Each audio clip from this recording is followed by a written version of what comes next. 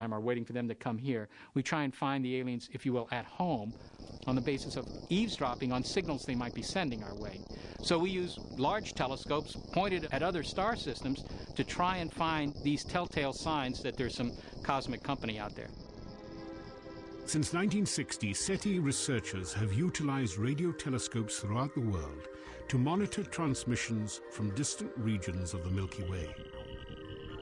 While no definitive signs of intelligent life have ever been detected, these investigations have triggered much speculation about the possibility of extraterrestrial civilizations.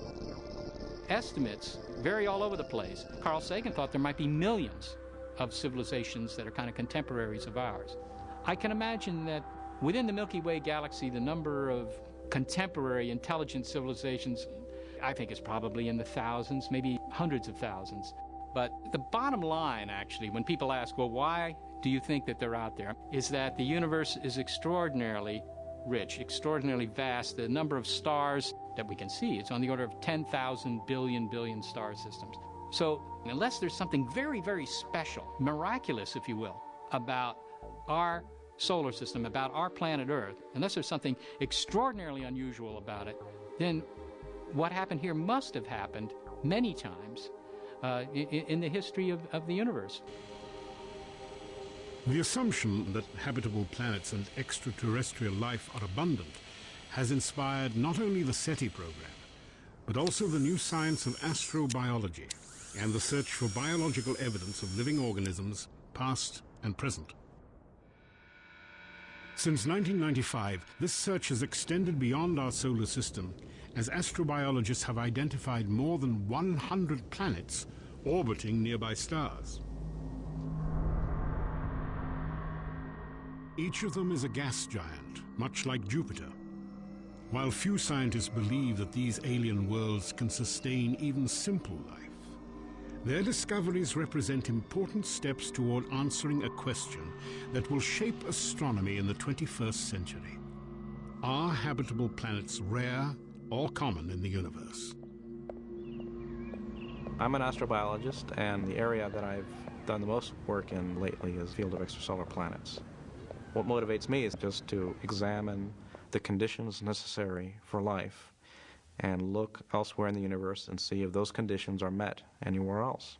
And the answer could be yes, and the answer could be no, and either answer is interesting. Guillermo Gonzalez works as a research scientist in NASA's astrobiology program. His interest in this field is tied to his early fascination with the prospect of life beyond the Earth. I grew up in the 1960s, and like most other people of my generation, I was really amazed by the Apollo lunar landings, and that really inspired me and had something to do with my getting interested in astronomy. In my early years, I came to believe very strongly that there must be other civilizations out there and that the galaxy was teeming with life. And so I was a strong supporter of the search for extraterrestrial intelligence. My belief wasn't based on any real hardcore scientific arguments. It was just the impression that I had that the galaxy was such a big place. And I didn't give the other side of the equation much thought. In other words, there's two sides of the equation. There's the number of stars, the number of trials, if you will. But the other side is the factors. It takes a lot of factors to have a habitable planet and a planetary system. For Gonzalez and other astrobiologists, these factors, required for the Earth's habitability, became the focus of extensive research.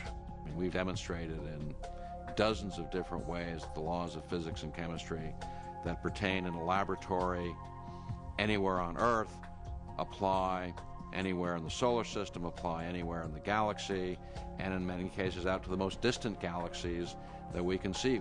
There are indeed unchanging physical laws in the universe that apply to the entirety of the universe, that they're not localized to one place.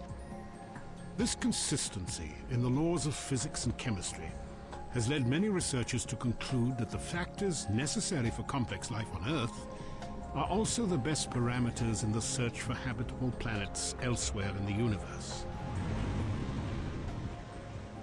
Most serious discussions about these factors begin with the same prerequisite: liquid water. All the searches that are being done for life elsewhere, their starting position is a terrestrial class planet with water. It is now widely recognized that the chemical properties of water are exquisitely suited for carbon-based life. These properties include water's ability to dissolve and transport the chemical nutrients vital to all living organisms, and its unmatched capacity to absorb heat from the sun, a process critical for regulating the Earth's surface temperature.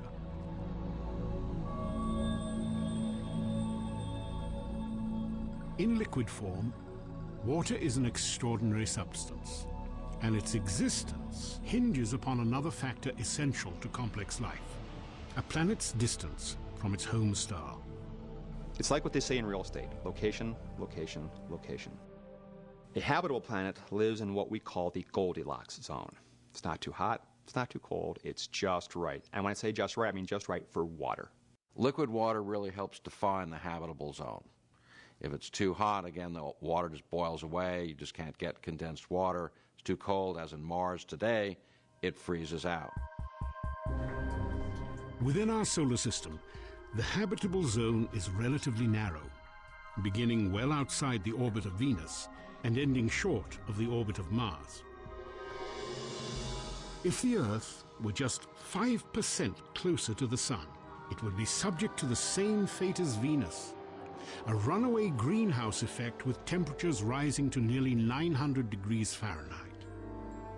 Conversely, if the Earth were 20% farther from its home star, carbon dioxide clouds would form in its upper atmosphere, initiating the cycle of ice and cold that has sterilized Mars. The presence of liquid water is a necessary condition for life, but it's not a sufficient condition. After all, there may be liquid water under the frozen surfaces of Mars and Jupiter's moon Europa, but there's very little chance that complex life exists in either of these places. You see, contrary to what the Copernican principle might suggest, the recipe for life is much more complex than just add water.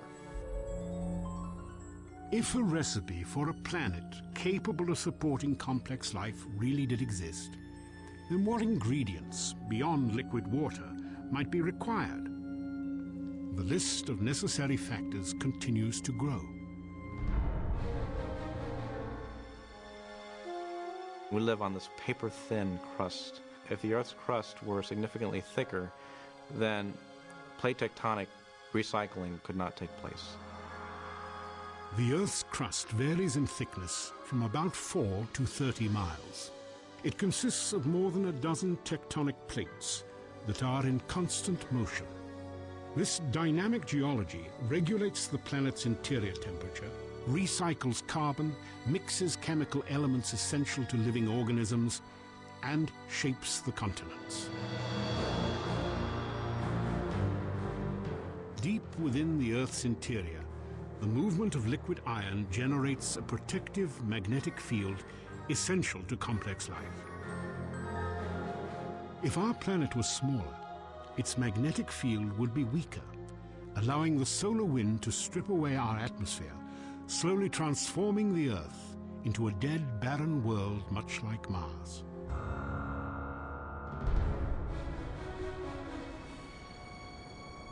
We need an oxygen atmosphere, and the oxygen-nitrogen atmosphere that the Earth has is necessary for complex life.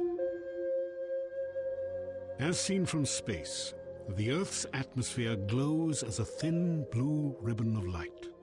Measuring less than 1% of the planet's diameter, it is composed of a mixture of nitrogen, oxygen, and carbon dioxide. As a result, our atmosphere ensures a temperate climate, protection from the sun's radiation, and the correct combination of gases necessary for liquid water and complex life.